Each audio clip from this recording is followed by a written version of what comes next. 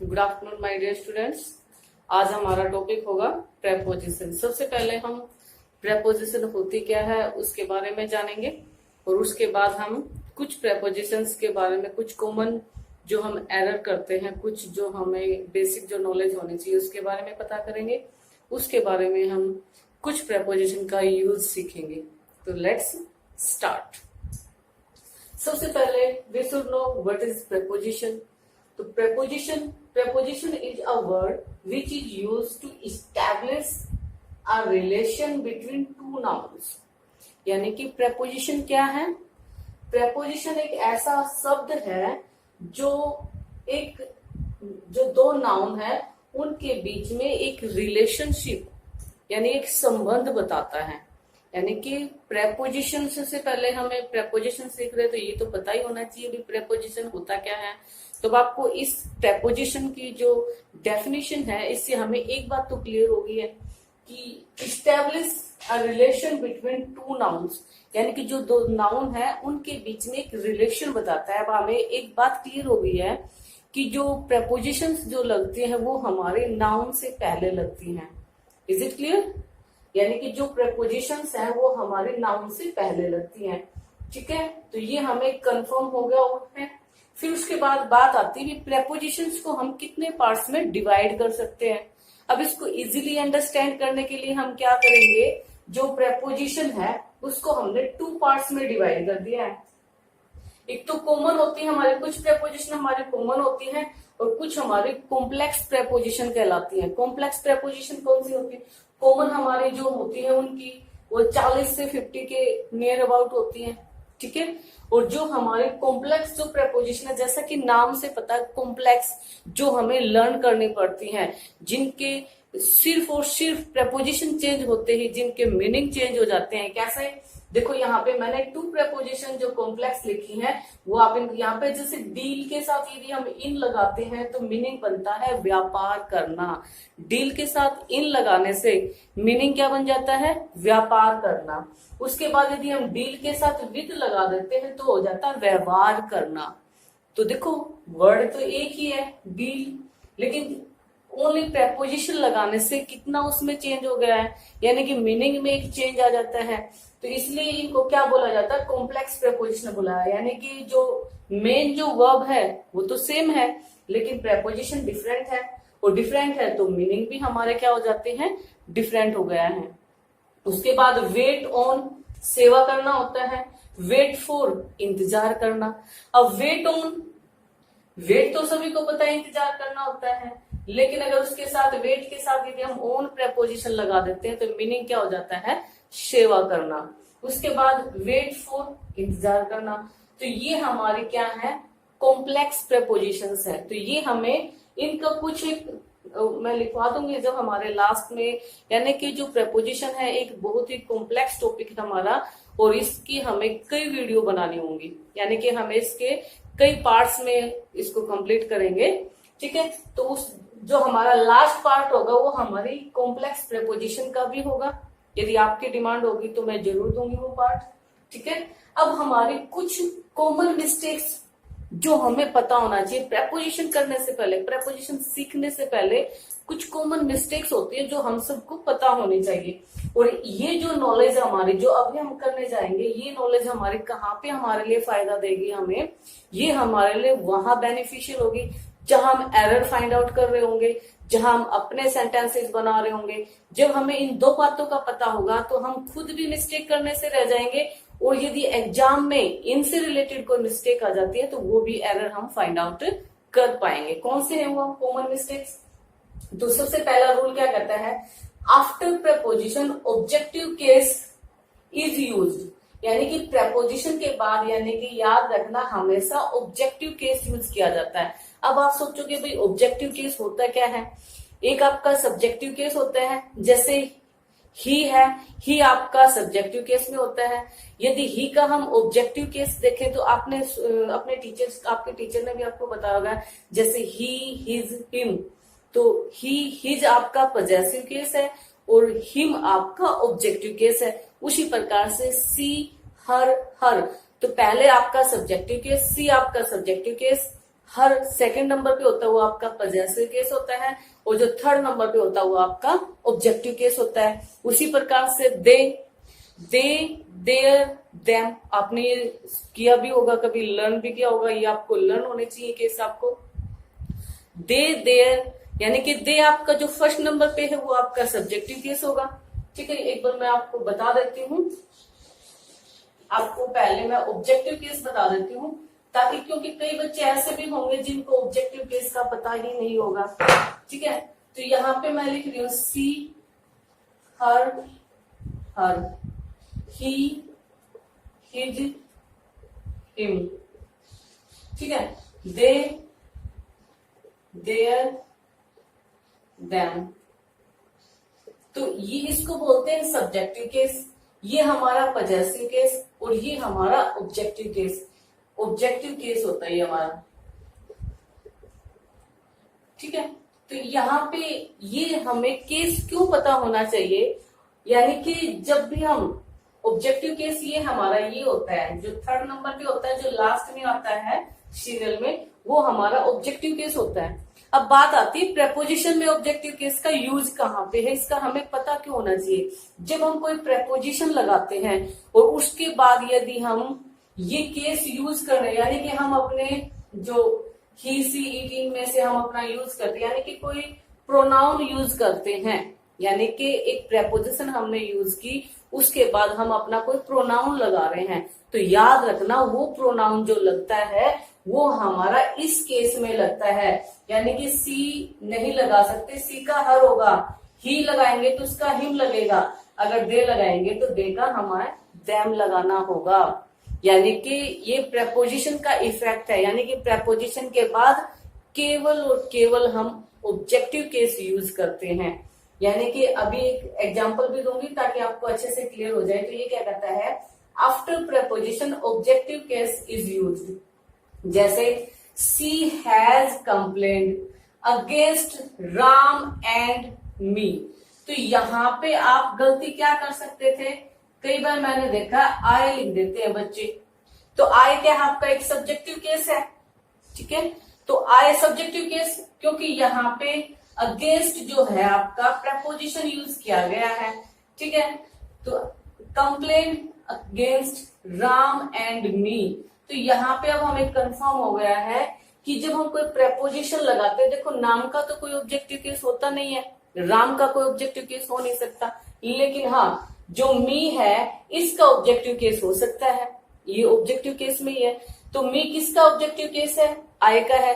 तो एग्जामिनर आपको कंफ्यूज करने के लिए, ये मैंने तो सही लिखा आपको समझाने के लिए मी लिखा है, लेकिन एग्जामिनर यहाँ पे मी ना लिख के आपको आई लिख के दे दे, आपको यहाँ पे मी की जगह पे सी लिख के दे दे, तो आपको पता होना चाहिए कि after preposition we always use objective case.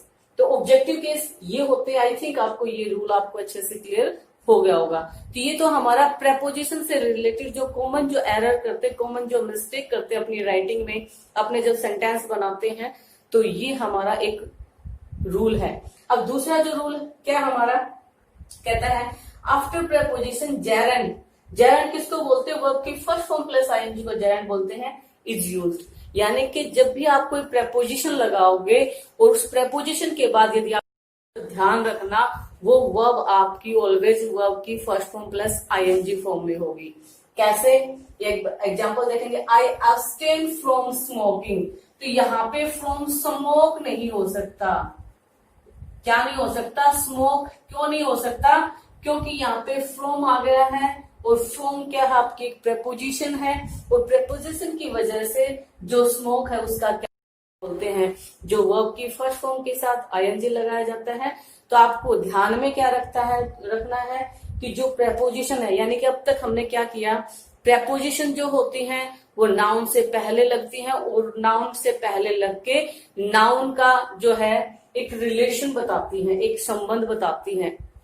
ठीक है, उसके बाद हमने क्या सीखा भाई, प्रेपोजिशन हमारी कुछ हमारे नॉर्मल होती हैं और हमारे कॉम्प्लेक्स होती हैं। ठीक है, जो कॉम्प्लेक्स होती हैं उनमें क्या होता है, मेन जो वर्ब होती है वो चेंज नहीं होती, सिर्फ प्रेपोजिशन चेंज होके उनके मीनिंग में चेंज आ जाता है, जो हमें लर्न करनी पड़ती है। उसके बाद हमने क्या सीखा कि हर प्रेपोजिशन के बाद यदि हम कोई प्रोनाउन हम यूज करते हैं तो उस प्रोनाउन का हम हमेशा ऑब्जेक्टिव केस यूज करते हैं। उसके बाद सेकंड थिंग हमने क्या सीखा कि जो प्रेपोजिशन होती हैं, जब हम कोई प्रेपोजिशन के बाद यदि हम कोई वर्ब लगाते हैं तो वो आईएनजी फॉर्म में होती है, यानी कि वो जेरेंट फॉर्म में होती है। तो ये थी हमारे कुछ कॉमन जो चीजें, वो जो हमें प्रेपोजिशन स्टार्ट करने से पहले हमें पता होनी चाहिए थी। अब हम एक प्रेपोजिशन तो कर ही लेंगे क्योंकि अभी 10 मिनट्स की ही वीडियो बनी है हमारी, ठीक है। तो एक प्रपोजिशन हम करेंगे, यानी कि टू में और टुवार्ड्स में हम अंतर करेंगे। टू के कई मीनिंग होते हैं। टू का मीनिंग पहले अगर हिंदी से हम मीनिंग लेके चले तो टू का मतलब होता है का, के, की, यानी कि टू के बहुत से मीनिंग निकलते हैं। तो सबसे पहले जो सबसे ज्यादा जो प्रपोजिशन हमारी यूज होती है वो टू ही होती है। तो सबसे पहले हम टू से और टुवार्ड्स से शुरू करते हैं हमारी प्रपोजिशन। तो टू सबसे पहले लक्ष्य तक, यानी कि हमारा कोई एम होता है। टू का यूज हम कहाँ करते हैं, जब हमारा कोई डेस्टिनेशन है, जब हमारा कोई एम बिल्कुल क्लियर होता है। जैसे मैं स्कूल जा रहा हूं, भाई हमारा लक्ष्य क्या है, स्कूल में जाने का। मैं हॉस्पिटल जा रहा हूं तो मेरा लक्ष्य क्या है, हॉस्पिटल जाने का। तो मेरा एक जो क्लियर कट जो एम है, यानी कि हॉस्पिटल मेरा एम है, वो क्लियर है, भी मैं वहां जा रहा हूं। मैं स्टेशन जा रहा हूं, स्टेशन, तो स्टेशन भी मेरा क्या है, एक लक्ष्य है, ठीक है। तो वहां पे हम क्या यूज करेंगे, टू का यूज करेंगे। और टुवर्ड्स होता है, उसका हिंदी मीनिंग ही क्या होता है, की तरफ, यानी कि उसकी ओर। यानी कि अगर मैं कहूं आई एम गोइंग टुवर्ड्स स्कूल, मतलब मैं स्कूल की तरफ जा रहा हूं, स्कूल में नहीं जा रहा हूं।